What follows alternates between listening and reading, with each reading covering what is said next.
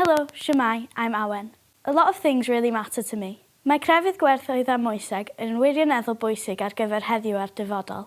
Mae crefydd Gwerthoedd a Moeseg yn paratoi pobl ifanc yng Nghymru ar gyfer bywyd a gwaith yn y byd amrywiol hwn sy'n newid yn gyflym. Mae crefydd Gwerthoedd a Moeseg yn helpu pobl ifanc i wneud synnwyr o brofiad dynol y byd naturiol a'i lle nhw ynddo. Mae crefydd Gwerthoedd a Moeseg yn cefnogi pobl ifanc sy'n wynebu heriau a dewisiadau moesegol. Ond a yw ein pobl ifanc yng Nghymru yn gwybod hyn? A yw ei rhieni a'i gofalwyr yn gwybod hyn?